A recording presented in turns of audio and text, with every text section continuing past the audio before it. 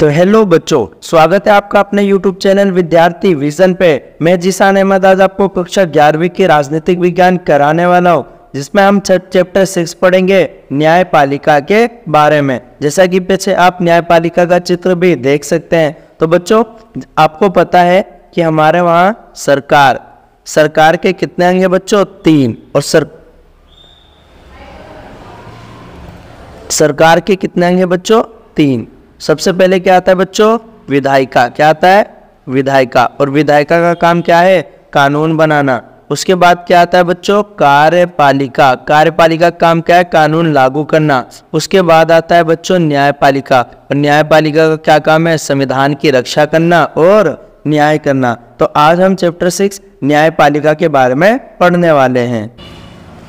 सबसे पहले बच्चों हम इसका परिचय जान लेते हैं कि इस अध्याय में हम क्या क्या पढ़ेंगे। तो इस अध्याय को पढ़ने के बाद हम जान पाएंगे कि न्यायपालिका की स्वतंत्रता का क्या मतलब होता है, यानी न्यायपालिका की स्वतंत्रता का क्या अर्थ है। दूसरा, अधिकारों की सुरक्षा में भारतीय न्यायपालिका की क्या भूमिका है। और तीसरा, संविधान की व्याख्या में न्यायपालिका की भूमिका को समझेंगे। और भारत की जो संसद है और न्यायपालिका के आपस में क्या संबंध है, उनके बारे में भी जानेंगे। इससे पहले जान लेते हैं बच्चों कि न्यायपालिका सरकार का तीसरा अंग होता है बच्चों, और जिसका काम क्या है? संविधान की रक्षा करना। न्यायपालिका अगर पूछे बच्चों, भाग 5 में है, संविधान के भाग 5 में है। और अगर पूछे बच्चों आपसे अनुच्छेद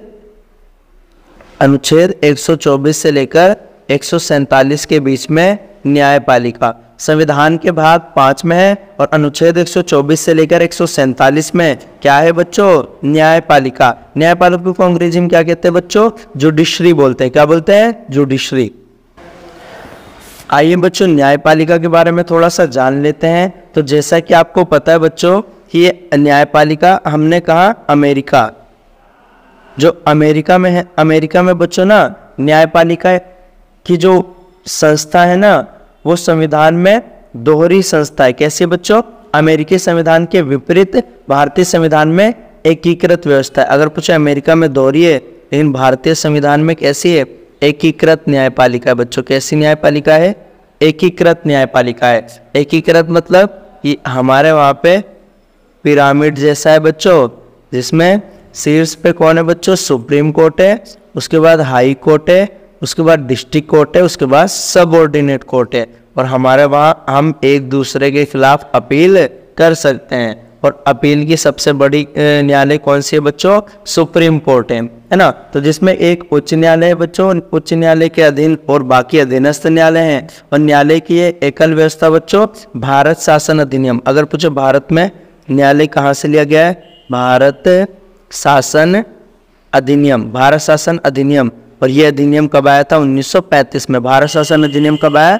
1935 में। तो यहाँ से हमने क्या है लिया है बच्चों। तो अमेरिकी संविधान के विपरीत भारतीय संविधान एकीकृत न्याय व्यवस्था की स्थापना करता है, जिसमें शीर्ष पे क्या है बच्चों? उच्चतम न्यायालय यानी सुप्रीम कोर्ट है, और उनके अधीन अन्य न्यायालय हैं। एक उच्च न्यायालय के अधीन कई सारे अधीनस्थ न्यायालय, जैसे कि बच्चे आप देख सकते हो। और न्यायालय की यह एकल व्यवस्था भारत शासन अधिनियम 1935 से ग्रहण की गई है। अमेरिका में न्यायालय की द्वैध व्यवस्था है, यानी केंद्र सरकार के लिए अलग है और दूसरी राज्यों के लिए न्यायालय अलग है। लेकिन भारत में क्या है बच्चों? एकीकृत न्यायपालिका है, पिरामिड की तरह न्यायपालिका है। शीर्ष पे उच्चतम न्यायालय है, उसके नीचे उच्च न्यायालय, उसके बाद जिला न्यायालय, और उसके नीचे अधीनस्थ न्यायालय है बच्चों।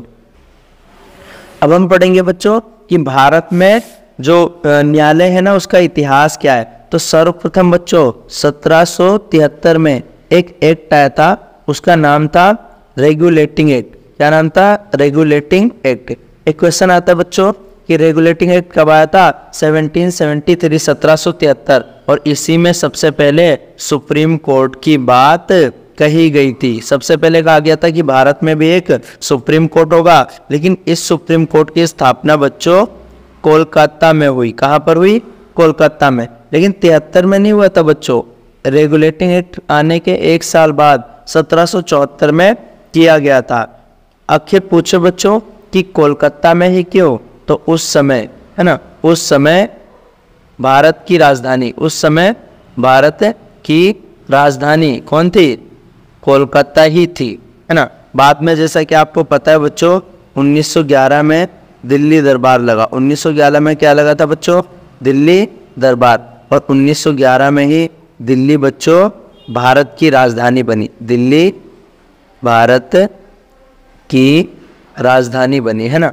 1911 में क्या हुआ था बच्चों? दिल्ली भारत की राजधानी बनी। जो ये रेगुलेटिंग एक्ट में बच्चों जो सुप्रीम कोर्ट बना था, इसमें उस टाइम पे 1+3 जज थे, है ना। जिसमें 1 कौन था बच्चों? एक मुख्य न्यायाधीश था और 3 अन्य न्यायाधीश थे।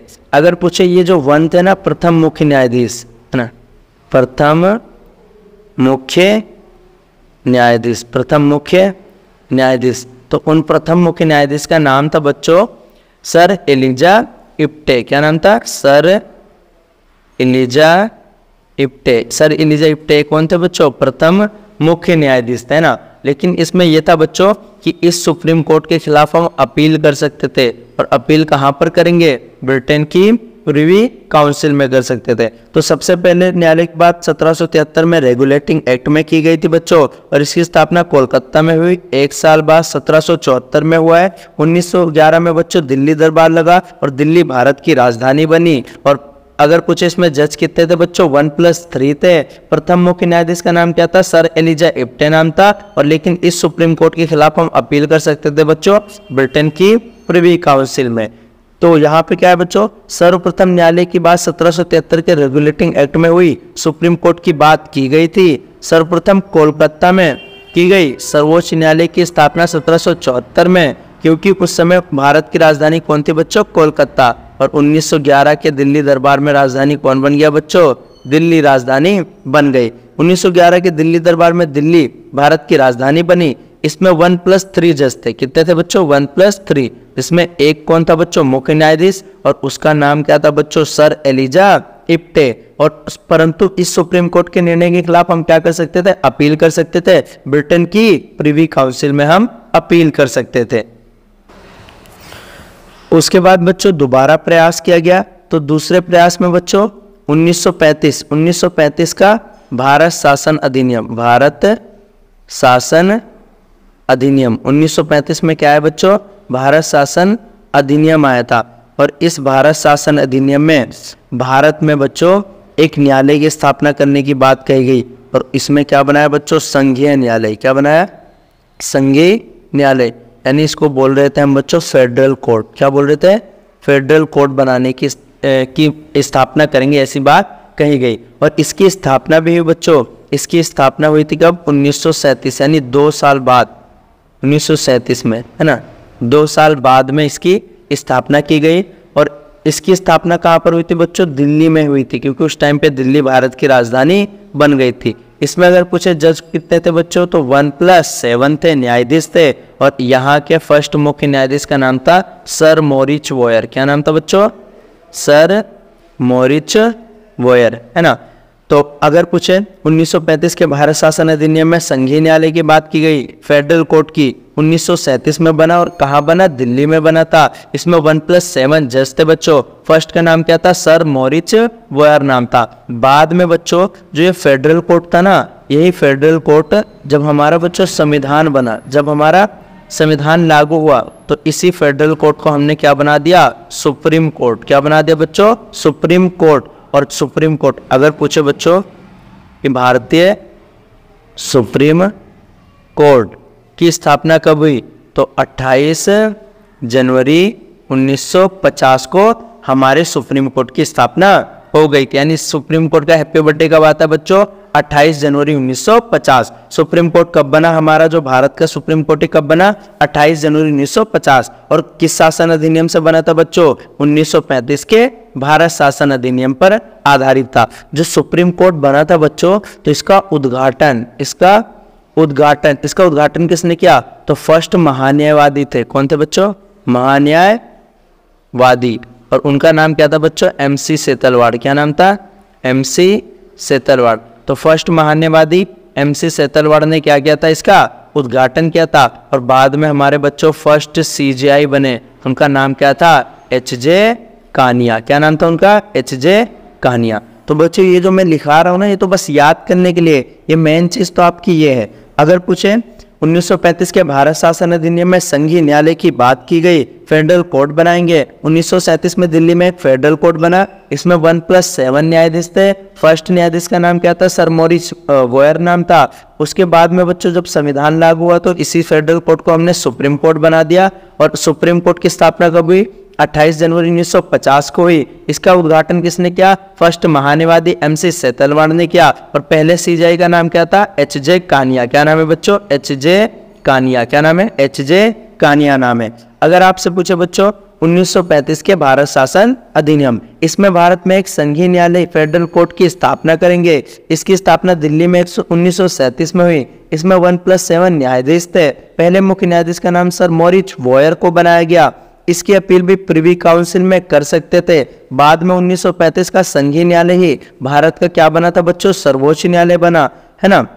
और ऐसा कब हुआ बच्चों? संविधान लागू होने के बाद। भारत के सर्वोच्च न्यायालय की स्थापना 28 जनवरी 1950 को हुआ, जिसका उद्घाटन फर्स्ट महान्यायवादी MC सेतलवाड़ ने किया। और अगर पूछा हमारे फर्स्ट CJI कौन है? HJ कानिया थे। कौन थे बच्चों? HJ कानिया। और सुप्रीम कोर्ट की स्थापना कब हुई? 28 जनवरी 1950 को हुई थी। अगला टॉपिक है बच्चों हमारा कि हमें स्वतंत्र न्यायपालिका क्यों चाहिए। तो जैसा कि आप जानते हैं बच्चों कि स्वतंत्र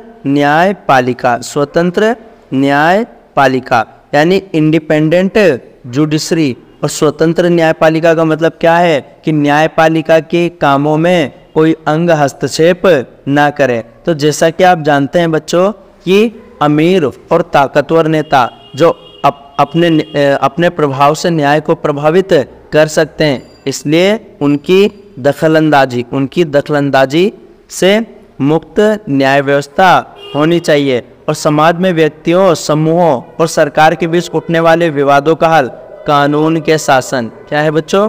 कानून के शासन। कानून का शासन कौन से अनुच्छेद में बच्चों? अनुच्छेद 14, रूल ऑफ लॉ, यानी धनी, गरीब, पिछड़े, स्त्री, पुरुष सब पर एक समान कानून लागू हो। इसी को हम क्या कहते हैं बच्चों? कानून का शासन।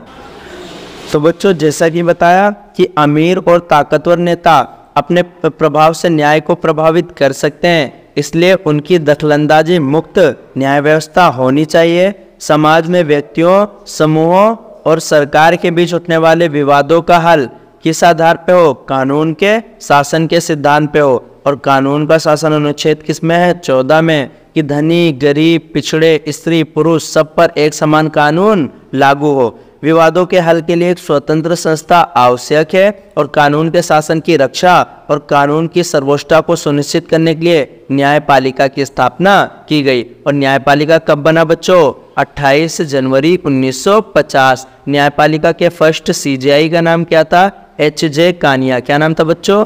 HJ कानिया नाम था, है ना। उसके बाद न्यायपालिका व्यक्ति के अधिकारों की भी रक्षा करती है, विवादों को कानून के अनुसार हल करती है और यह सुनिश्चित करती है कि लोकतंत्र की जगह किसी एक व्यक्ति या समूह की तानाशाही ना हो। इसलिए हमें क्या चाहिए बच्चों? स्वतंत्र न्यायपालिका चाहिए, यानी कानून के शासन। कानून का शासन मतलब बच्चों रूल ऑफ लॉ के लिए आर्टिकल 14 का हमें स्वतंत्र न्यायपालिका चाहिए। अधिकारों की रक्षा के लिए स्वतंत्र न्यायपालिका चाहिए। और तीसरा, विवादों के हल हेतु हमें स्वतंत्र न्यायपालिका चाहिए बच्चों। ये विवाद किसी से भी हो सकता है बच्चों। राज्य सरकार से विवाद हो सकता है, केंद्र सरकार का राज्य सरकार से विवाद हो सकता है। इसलिए बच्चों हमें क्या चाहिए? स्वतंत्र न्यायपालिका चाहिए। तो न्यायपालिका की स्वतंत्रता बच्चों हम कैसे सुनिश्चित करेंगे? तो भारतीय लोकतंत्र और राज्य पद्धति में सुप्रीम कोर्ट को बहुत महत्वपूर्ण भूमिका प्रदान की गई है। यह संघीय न्यायालय याचिका के लिए सर्वोच्च न्यायालय, नागरिकों के मूल अधिकारों का गारंटर और संविधान का अभिभावक है। सरकार के अन्य दो अंग कौन? विधायिका और कार्यपालिका न्यायपालिका के कार्यों में बाधा न पहुंचाए ताकि वो ठीक से काम कर सके। जैसा कि आप जानते हैं बच्चों कि हमारे वहाँ पे सरकार के कितने अंग हैं बच्चों? 3। कितने अंग हैं? 3। सबसे पहले क्या आता है बच्चों?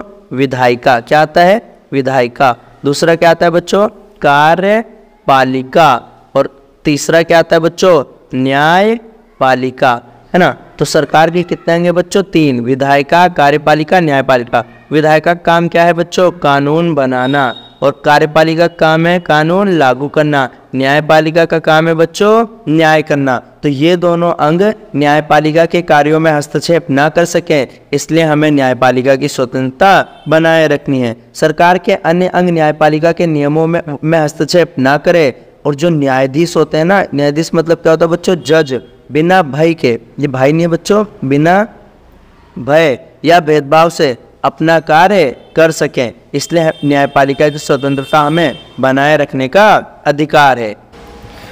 अब बच्चों उसके बाद आएगा कि न्यायपालिका की स्वतंत्रता के लिए हमने संवैधानिक प्रावधान क्या क्या कर रखे हैं। आखिर संविधान में कितने प्रावधान ऐसे हैं जो न्यायपालिका की स्वतंत्रता को बनाए रखने में महत्वपूर्ण है बच्चों। तो बच्चों इसका पहला प्रावधान क्या है बच्चों, कि न्यायाधीश की नियुक्ति में विधायिका शामिल नहीं है। अगर आपसे पूछे बच्चों कि जो उच्चतम सुप्रीम कोर्ट के न्यायाधीश हैं, सुप्रीम कोर्ट के न्यायाधीश की नियुक्ति कैसी होती है, तो सुप्रीम कोर्ट के जो न्यायाधीशों की नियुक्ति ना राष्ट्रपति करता है। कौन करता है बच्चों, राष्ट्रपति करता है। और राष्ट्रपति क्या करता है, अन्य न्यायाधीशों की सलाह पे करता है। लेकिन 1950 से लेकर 1993 तक बच्चों कैसा था कि मंत्रिपरिषद की सलाह पर राष्ट्रपति करेगा। किसकी सलाह पे, मंत्रिपरिषद की सलाह पे, मंत्रिपरिषद की सलाह। 1950 से 93 तक जजों की नियुक्ति मंत्रिपरिषद की सलाह पे कौन करता था, राष्ट्रपति करता था। कौन करता था बच्चों, राष्ट्रपति करता था। लेकिन अब वर्तमान में क्या है बच्चों, कॉलेजियम व्यवस्था है। क्या है, कॉलेजियम व्यवस्था। कॉलेजियम में क्या है बच्चों, इसमें 1+4 जो है न्यायाधीश होते हैं, जिसमें एक सुप्रीम कोर्ट का मुख्य न्यायाधीश है और 4 सुप्रीम कोर्ट के वरिष्ठतम न्यायाधीश होते हैं बच्चों। और इन्हीं की सिफारिश पे कौन है, राष्ट्रपति क्या करता है, न्यायाधीशों की नियुक्ति करता है बच्चों। इसके साथ साथ में बच्चों एक हमारे वहाँ पे 99वां संविधान संशोधन हुआ था, और वो 99वां संविधान संशोधन कब, 2014 में आया था। और इसमें एक प्रावधान किया गया था बच्चों, ये जो 1+4 थे ना, इसको 1+6 कर दिया गया, और इसकी सिफारिश अब किसके पास जाएगी, गृह मंत्री के पास भी जाएगी। और इसी के तहत बच्चों एक आयोग बनाया गया था जिसका नाम था राष्ट्रीय न्यायिक नियुक्ति आयोग, और ये 1 जनवरी 2015 को लागू हो गया था। लेकिन न्यायालय में इसको चुनौती दी गई और 99वां संविधान संशोधन को असंवैधानिक घोषित कर दिया। तो इसको क्या कर दिया बच्चों, असंवैधानिक घोषित कर दिया गया, है ना। तो अगर पूछे आपसे उच्चतम न्यायालय के न्यायाधीशों की नियुक्ति कौन करता है बच्चों, राष्ट्रपति करता है। कौन करता है, राष्ट्रपति, यानी राष्ट्रपति ही सुप्रीम कोर्ट के न्यायाधीशों की नियुक्ति करता है। 1950 से लेकर 1993 तक बच्चों ऐसा सिस्टम था कि मंत्रिपरिषद की सलाह पे राष्ट्रपति करेगा, यानी मंत्रिपरिषद सलाह करता और राष्ट्रपति जजों की नियुक्ति करता। लेकिन अब क्या है बच्चों, कॉलेजियम व्यवस्था है, और कॉलेजियम में कितने जज होते हैं, 1+4, और 1+4 में एक कौन होता है बच्चों, अध्यक्ष यानी मुख्य न्यायाधीश होता है, और 4 क्या होता है, 4 जो है वरिष्ठ न्यायाधीश होते हैं। 1993 से ये चालू हुआ। और बच्चों अगर पूछा अध्यक्ष कौन होता है, CJI का मतलब क्या होता है, चीफ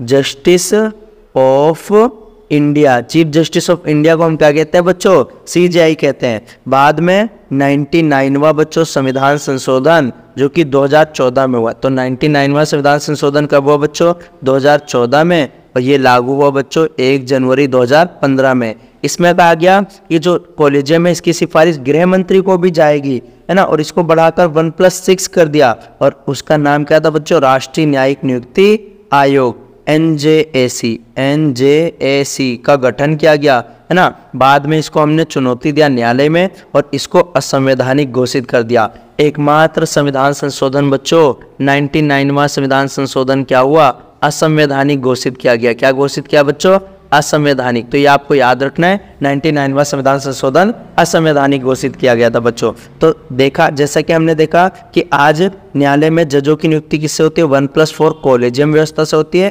कोलेजियम सिफारिश करता है राष्ट्रपति को, राष्ट्रपति उनको जज बना देता है। तो नंबर 1 पॉइंट क्या था बच्चों, न्यायाधीशों की नियुक्ति में विधायिका शामिल नहीं है। तो हमने देखा बच्चों कि न्यायाधीशों की नियुक्ति कैसी होती है। लेकिन बच्चों अगर बात करें जो मुख्य न्यायाधीश होता है, मुख्य न्यायाधीश मतलब सीजेआई, सीजेआई मतलब क्या होता है बच्चों, चीफ जस्टिस ऑफ इंडिया, यानी भारत का मुख्य न्यायाधीश। इसकी नियुक्ति बच्चों कैसे होती है, मुख्य न्यायाधीश की नियुक्ति कैसे होती है।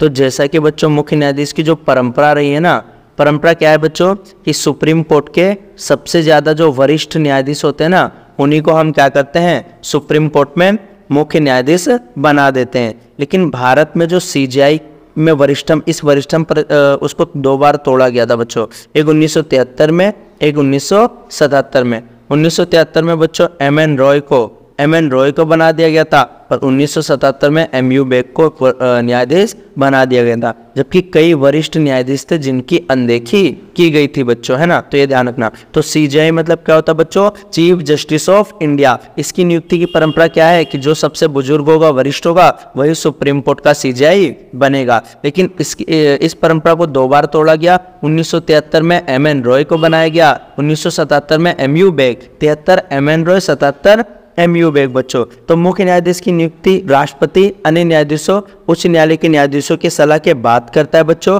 भारत में सीजेआई के मामले में परंपरा वरिष्ठतम न्यायाधीश को पद पर नियुक्त करने की थी बच्चों, परंतु इस परंपरा को 2 बार तोड़ा गया है। 73 में M.N. रॉय को 3 जो वरिष्ठतम जज को छोड़कर, और 77 में M.U. बेग को बनाया गया बच्चों। अगर पूछे आपसे सीजेआई, तो अगर पूछे आपसे बच्चों फर्स्ट सीजेआई का नाम क्या है भारत के, H.J. कानिया। क्या नाम है, H.J. कानिया नाम है बच्चों। उसके बाद पूछेगा बच्चों न्यायाधीशों की नियुक्ति की नई व्यवस्था कैसी है। तो पहले क्या था, जो न्यायाधीश की नियुक्ति करते थे, जो मुख्य न्यायाधीश होता था ना, सीजेआई होता था। अगर सीजेआई कोई सलाह देता था ना, मुख्य न्यायाधीश की भूमिका पूरी तरह सलाहकार की थी, यानी सिर्फ सलाह ले लो, मानो ना मानो हमारी मर्जी। लेकिन अब क्या है बच्चों, मुख्य न्यायाधीश की सलाह राष्ट्रपति को जरूर मानना पड़ेगा। क्यों, क्योंकि अब 1+4 कोलेजियम व्यवस्था आ गया बच्चों। क्या आ गया, कोलेजियम व्यवस्था। और आज न्यायाधीश की नियुक्ति में विधायिका शामिल नहीं है। हमारे वहाँ क्या आ गया बच्चों, कोलेजियम व्यवस्था आ गया, है ना। तो ये पहला था बच्चों, पहला पॉइंट क्या था कि न्यायाधीशों की नियुक्ति में विधायिका शामिल नहीं है। ये पूरा एक्सप्लेन हो गया बच्चों। उसके बाद आएगा बच्चों दूसरा पॉइंट कि न्यायपालिका की स्वतंत्रता के लिए संवैधानिक प्रावधान। दूसरा क्या है कि न्यायाधीशों को पद से हटाने की प्रक्रिया बहुत कठिन है, यानी जो न्यायाधीश है ना, उनको हम पद से जल्दी नहीं हटा सकते बच्चों। सबसे पहले तो आपको पता होना चाहिए कि सीजेआई को शपथ कौन दिलाता है बच्चों। सीजेआई को शपथ दिलाता है राष्ट्रपति। कौन दिलाता है, राष्ट्रपति। और राष्ट्रपति को शपथ कौन दिलाता है बच्चों, सीजेआई। यानी सीजेआई और प्रेसिडेंट, ये दोनों एक दूसरे को क्या करते हैं बच्चों, शपथ दिलाते हैं। अगर पूछे बच्चों कि हमारे वहाँ भारत में न्यायाधीश को हटाएंगे कैसे, तो राष्ट्रपति बच्चों, राष्ट्रपति के पास शक्ति होती है, न्यायाधीश को हटा सकता है। राष्ट्रपति क्या कर सकता है बच्चों, न्यायाधीश को हटा सकता है। लेकिन हटाने का आधार क्या हो, कदाचार और अयोग्यता के आधार पे। या तो कदाचार हो या तो अयोग्यता, यानी वो अयोग्य है, या तो कदाचार भ्रष्टाचार के मामलों में कोई उसके पास कोई आरोप लगाओ बच्चों। और हटाएंगे कैसे बच्चों, संसद के विशेष बहुमत के आधार पे। विशेष बहुमत में समर्थन चाहिए होगा बच्चों, और उस पे क्या लगेगा, महाभियोग। उस न्यायाधीश पे क्या लगेगा बच्चों, महाभियोग। और महाभियोग लगाने के लिए हमें या तो लोकसभा के 100 सदस्य का समर्थन बच्चों, या तो राज्यसभा के 50 लोगों का समर्थन पाना आवश्यक होता है। तो अगर पूछे बच्चों न्यायाधीश को पद से हटाने की प्रक्रिया काफी कठिन है। सीजेआई को शपथ कौन दिलाता है, राष्ट्रपति। और राष्ट्रपति को शपथ कौन दिलाता है बच्चों, सीजेआई। राष्ट्रपति न्यायाधीश को हटा सकता है। हटाने का आधार क्या होगा बच्चों, कदाचार और अयोग्यता होगा। संसद के विशेष बहुमत से हटा सकते हैं। और न्यायाधीश को हटाने का आधार क्या, वो महाभियोग के द्वारा। महाभियोग लाने के लिए लोकसभा के 100 लोग और राज्यसभा के 50 लोग बच्चों समर्थन में होने चाहिए। अगर पूछे बच्चों उच्चतम न्यायालय के किसी भी न्यायाधीश को अब तक हटाया नहीं गया था। एक मामला आया था बच्चों वी रामास्वामी। और ये क्या था बच्चों, सच में दोषी पाए गए थे 1991 में। 1991 से लेकर 1993 तक जज थे बच्चों। इनका प्रस्ताव क्या हुआ, संसद में गया तो था बच्चों, लेकिन जो दक्षिण भारत के कांग्रेसी थे ना, दक्षिण कांग्रेसी, उन्होंने भाग नहीं लिया था, तो इसलिए इन पे महाभियोग चलाया नहीं जा सका था बच्चों। बाकी ये सच में दोषी पाए गए थे। कौन, वी रामास्वामी बच्चों, है ना, तो ये ध्यान रखना। तो न्यायाधीशों को पद से हटाने की प्रक्रिया कठिन है बच्चों। राष्ट्रपति द्वारा पद से हटाया जा सकता है। कौन हटाएगा बच्चों, राष्ट्रपति। हटाने का आधार क्या होगा, कदाचार हो या अयोग्यता होगा बच्चों, ये अयोग्यता होगा, है ना। संसद के विशेष बहुमत के समर्थन प्राप्त होना आवश्यक है और इसके लिए महाभियोग लगेगा। और महाभियोग को बच्चों हम अर्ध न्यायिक प्रक्रिया बोलते हैं, अर्ध न्यायिक प्रक्रिया बोलते हैं। लोकसभा के 100 सदस्य या राज्यसभा के 50 सदस्यों का हमें क्या करना पड़ेगा बच्चों, समर्थन प्राप्त करना जरूरी है। और उच्चतम न्यायालय के किसी भी न्यायाधीश को अब तक हटाया नहीं गया है बच्चों। एक मामला आया था वी रामास्वामी का, है ना, ये दोषी भी पाए गए थे 91 से 93 में। ये प्रस्ताव संसद में गया लेकिन कांग्रेस ने भाग नहीं लिया, इसलिए इनको हटाया नहीं जा सका। तो दूसरा क्या है बच्चों, न्यायपालिका की स्वतंत्रता के लिए संवैधानिक प्रावधान कि न्यायाधीशों को पद से हटाने की प्रक्रिया काफी कठिन है। उसके बाद आता है बच्चों तीसरा कि न्यायाधीशों का कार्यकाल निश्चित होता है। तो संविधान में न्यायाधीश का कोई कार्यकाल नहीं है, कोई कार्यकाल तय नहीं किया गया है, लेकिन इनका कार्यकाल क्या है बच्चों, 65 वर्ष, है ना। 65 वर्ष की आयु तक अपने पद पर बने रह सकते हैं और ये चाहे तो त्यागपत्र दे सकते हैं बच्चों। अपना त्यागपत्र किसे देंगे बच्चों, ये राष्ट्रपति को। राष्ट्रपति को अपना त्यागपत्र दे सकते हैं, है ना, त्यागपत्र, लिखित त्यागपत्र दे सकते हैं। और संसद के सिफारिश पर राष्ट्रपति इनको पद से हटा सकती है बच्चों। तो न्यायाधीशों का कार्यकाल निश्चित नहीं है, 65 वर्ष तक की आयु तक अपने पद पर बने रह सकते हैं। चौथा क्या है बच्चों, वित्तीय रूप से अन्य अंग पर निर्भर नहीं है। तो जैसा कि आप जानते हैं बच्चों कि न्यायाधीश का पैसा सिर्फ आपातकाल के टाइम, सिर्फ आपातकाल के टाइम इनके वेतन में कटौती की जा सकती है। अगर पूछे बच्चों आपसे तो हमारे वहाँ जो सुप्रीम कोर्ट है ना, सुप्रीम कोर्ट, वहाँ पे 1+33 जज है बच्चों। 1 कौन है, ये CJI, कौन है बच्चों, CJI। और ये 33 कौन है बच्चों, अन्य न्यायाधीश। कौन है, अन्य न्यायाधीश, है ना। और अगर बात करें बच्चों CJI का वेतन कितना है, 2,80,000, 2,80,000।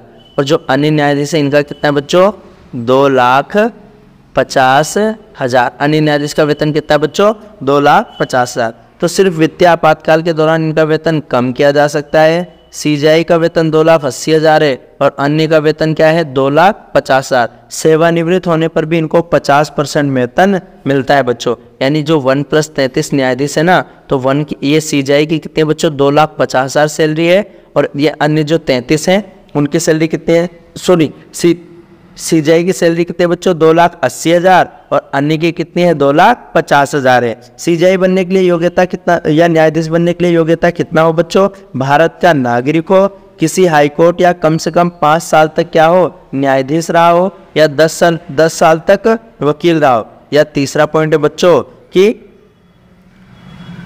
राष्ट्रपति की नज़र में कानून का जानकार हो बच्चों। राष्ट्रपति की नज़र में कानून का जानकार हो, कानून का जानकार हो, तो वो क्या बन सकता है बच्चों, राष्ट्रपति, वो CJI या न्यायाधीश बन सकता है। तो ये बच्चों 4 पॉइंट थे आपके न्यायपालिका की स्वतंत्रता के संवैधानिक प्रावधान। तो आइए बच्चों क्विक रिवीजन कर लेते हैं। तो जैसा कि मैंने बताया बच्चों कि हमारे वहाँ सबसे पहले न्यायालय की बात कब की गई थी, 1773 के रेगुलेटिंग एक्ट में। और इसी से बच्चों 1774 में एक न्यायालय बना था। कहाँ पर बना था बच्चों, कोलकाता में। कहाँ बना, कोलकाता में, है ना। एक सुप्रीम कोर्ट बना था बच्चों। क्या बना था, सुप्रीम कोर्ट। उस टाइम पे वहाँ पे जज कितने थे बच्चों, 1+3। और इसके पहले मुख्य न्यायाधीश का नाम क्या था बच्चों, सर इलीजा इप्टे। क्या नाम था, सर इलीजा इप्टे। इसके खिलाफ बच्चों हम अपील कर सकते थे ब्रिटेन के प्रिवी काउंसिल में। कहाँ कर सकते थे बच्चों, ब्रिटेन के प्रिवी काउंसिल में। और इसका हेडक्वार्टर कहाँ था बच्चों, कोलकाता में।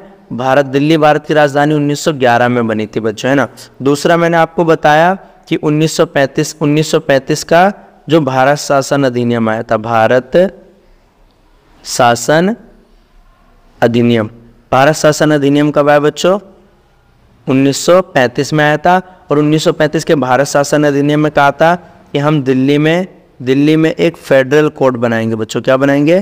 फेडरल कोर्ट बनाएंगे। और उस कोर्ट में जज कितने थे बच्चों? 1+7 थे। और इसके पहले मुख्य न्यायाधीश, इसके पहले न्यायाधीश का नाम क्या था? न्यायाधीश का नाम क्या था बच्चों? Sir Morris where. क्या नाम था? Sir Morris where. क्या नाम था बच्चों? Sir Morris where. बाद में बच्चों जब संविधान लागू हुआ, क्या हुआ? जब संविधान लागू हुआ तो संविधान लागू होने के बाद में बच्चों 28 जनवरी 1950 को यही फेडरल कोर्ट बच्चों भारत का सुप्रीम कोर्ट बना। क्या बना? सुप्रीम कोर्ट बना। और इस सुप्रीम कोर्ट की बच्चों अगर पूछे उद्घाटन, इसका उद्घाटन किसने किया? तो उद्घाटन उस टाइम पे फर्स्ट महान्यायवादी थे MC सेतलवाड़ ने किया। किसने किया बच्चों? MC सेतलवाड़ ने किया था, है ना। तो ये आपको बच्चों क्या करना है, इसको आपको ध्यान रखना है। और फर्स्ट CJI का नाम क्या था? CJI chief justice of India HJ Kania नाम था। क्या नाम था बच्चों? HJ कानिया। उसके बाद बच्चों मैंने बताया था आपको कि हमें स्वतंत्र न्यायपालिका क्यों चाहिए। तो स्वतंत्र न्यायपालिका, हमें स्वतंत्र न्यायपालिका क्यों चाहिए? तो नंबर 1 क्या था बच्चों? कानून के शासन के लिए, कानून का शासन हो यानी रूल ऑफ लॉ हो। दूसरा क्या था बच्चों? अधिकारों की रक्षा होनी चाहिए। हमारे जो अधिकार है ना, अधिकारों की रक्षा होनी चाहिए। और तीसरा पॉइंट था बच्चों इसमें कि विवादों के हल के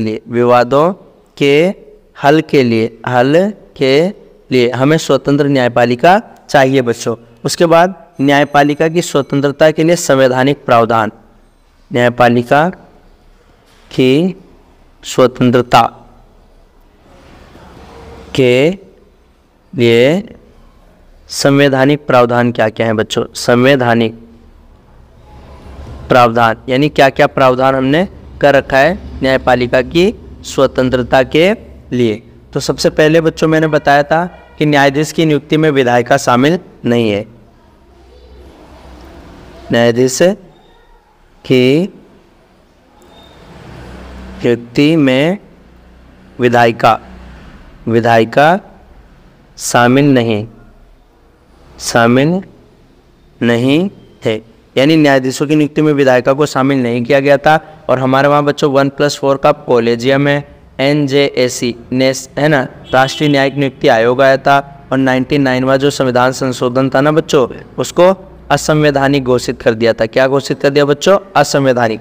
दूसरा इसका आएगा बच्चों कि जो न्यायाधीश को पद से हटाने की प्रक्रिया कठिन है। पद से हटाना क्या है? उनको पद से हटाना, न्यायाधीश को पद से हटाना क्या है बच्चों? बहुत कठिन है। और इसमें तीसरा आएगा बच्चों कि उनका कार्यकाल निश्चित होता है। कार्यकाल निश्चित होता है। न्यायाधीशों का कार्यकाल क्या होता है बच्चों? निश्चित होता है। और चौथा आएगा बच्चों कि वित्तीय रूप से अन्य अंग पर निर्भर नहीं है। तो ये था बच्चों आपका न्यायपालिका का पार्ट फर्स्ट था। उम्मीद करता हूँ बच्चों आपको समझ में आया होगा। वीडियो से रिलेटेड आपको कोई भी डाउट या कोई भी क्वेरी या कोई भी आपको सजेशन देना है तो आप हमें कमेंट बॉक्स में ज़रूर बता सकते हैं बच्चों। तब तक के लिए जय हिंद बच्चों।